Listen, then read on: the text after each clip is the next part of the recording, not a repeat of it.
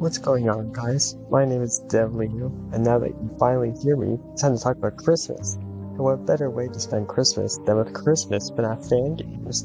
In this video, I won't be talking about just any Christmas fan game. I'll be discussing two of them. These will be Christmas with Freddy's, and Together Again, Christmas Story.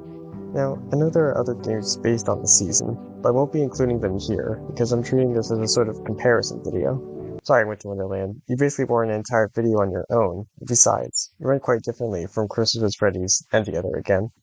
Now, just like the last time, I'm going to be going over a few aspects from both games to see how they compare and also how they don't. So without any more introduction, let's hop right in. As you saw in my previous video, I have to spend some time on the sound for these games. I'm going to preface this part by saying that while both games have the necessary sound effects needed for playing, Christmas with Freddy's doesn't really have strong ambience that lasts throughout the entire night, or hour in this case. While there is a muted breeze that plays continuously, it's still very quiet and gives the game a lowered sense of danger. In contrast, Together Again has these animalistic sounds like growling and even low laughter that add a lot of character and anxiety to its night, even when not a lot of activity is happening. I think if Christmas with Freddy's had a bit more ambience, like rustling leaves or creaking noises, it would certainly go a long way to make the hours scarier. Of course, it doesn't have to be all the time, since quieter sounds are still able to bring their own appeal. A lot of it changes when you get to hour 5, and this time the animatronics make glitching sounds whenever they show up to attack. Hearing them when they pop up, especially when you least expect it, certainly adds panic, which only gets amplified if they jump scare you. In contrast, when Together Again's final boss shows up, she's only accompanied by a young girl's laughter, but nothing else. I think if she had other audio that played, maybe like a stuttering voice line or walking sounds, capturing her would become more anxiety-inducing. Okay, maybe I'm sounding a little too critical. Let's discuss something I like from both games. While there isn't a whole lot of music that plays in either fan game, when it does appear, it's actually really appealing. In Christmas with Freddy's, this comes during the fun cutscenes between hours and the main menu. While both are pleasing, I think I prefer the menu theme best. I mean, listen to this tune. Even before you start playing it, it already screams Christmas time, and this song is such a bop.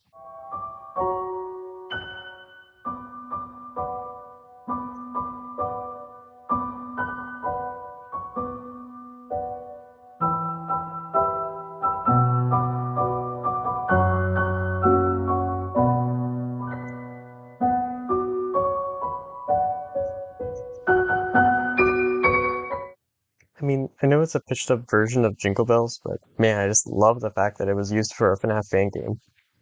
Swinging back to Together Again, the music during the ending is what catches my attention. It's foreboding and makes it feel that the story isn't quite over. Instead, no, it isn't, but I'll go over that later on. What I like about this is that it's unexpected.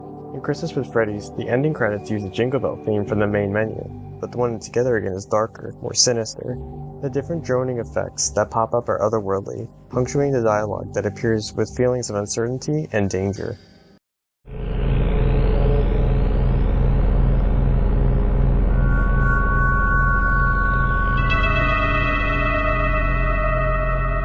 Seeing as this was the atmosphere that was prominent throughout this game, it fits surprisingly well, and even juxtaposes nicely against the upbeat music that plays during the thank you message that follows.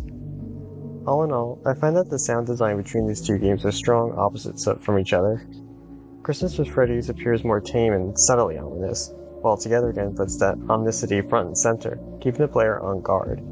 Despite what could have been changed, I think this contrast works, especially when you consider the rest of the aspects. Now, seeing as these fan games run very similar to FNAF 4, there's not much to say about their concept. But the method that each one takes is what makes them interesting. Christmas with Freddy sticks closer to the traditional gameplay features. If animatronics appear at the window or the closet, such as Chica or Bonnie, respectively, you simply have to flash them until they leave. However, if Foxy or Freddy appear, you have to either close the door or hide under the bed.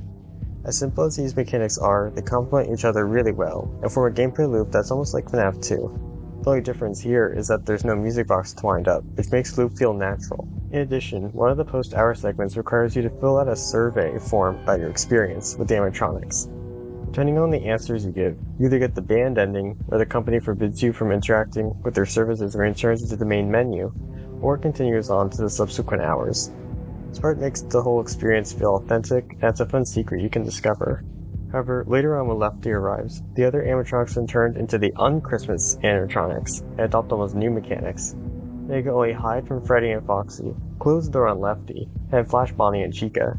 The extra twist adds a bit of variety in the final challenge, and forces you to think on your toes after being accustomed to the regular mechanics for so long. But the biggest difference with this hour is that none of the un-Christmas animatronics can actually kill you. That honor belongs to Lefty. And one thing that used to be in this hour was that when un-Christmas Bonnie attacked the player, the timer reset back to the beginning regardless of how far along you were. I'm not sure if that still happens, but it appeared to make the hour pretty difficult to beat. But with Together Again, this game took a more radical approach with its mechanics. As it shows on the intro screen, there are only 3 animatronics, each with a different mechanic. John Cone will place 3 gifts outside of your door, with one having his toy variant. After they shuffle a few times, you have to guess which gift box has the toy, or you'll get jump scared.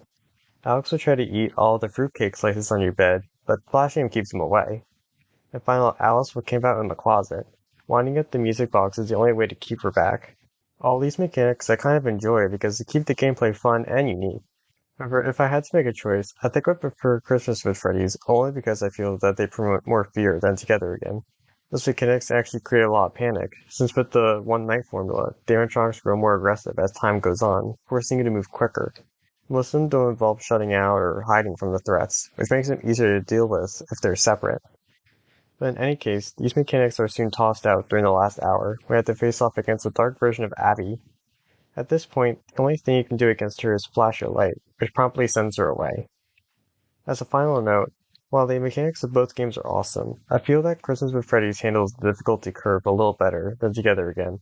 Having 6 separate hours allows for the mechanics to sink in more effectively over time, and makes for a pretty startling change when they're altered at the end. This is in contrast with Together Again, where the last hour technically becomes easier than the others. However, gameplay isn't the only thing that makes a game great. There's one more part for these fan games that I still have to discuss, which is...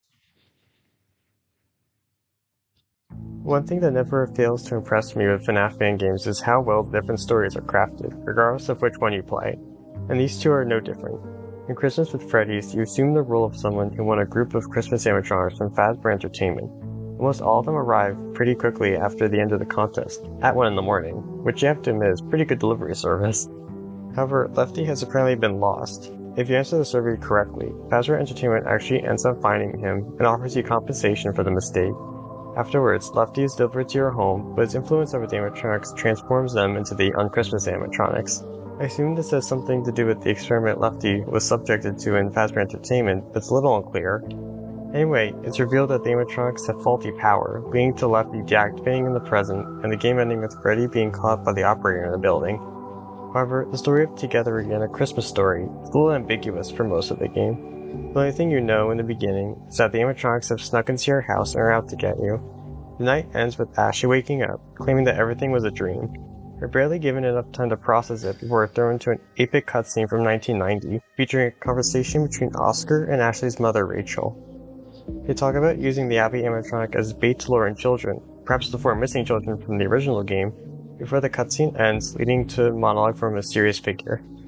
From the way she talks, coupled with the animatronic form that fades in, I think it's safe to assume Abby was the one causing Ashley to experience the main gameplay. She finds it all a fun experience and promises more to come.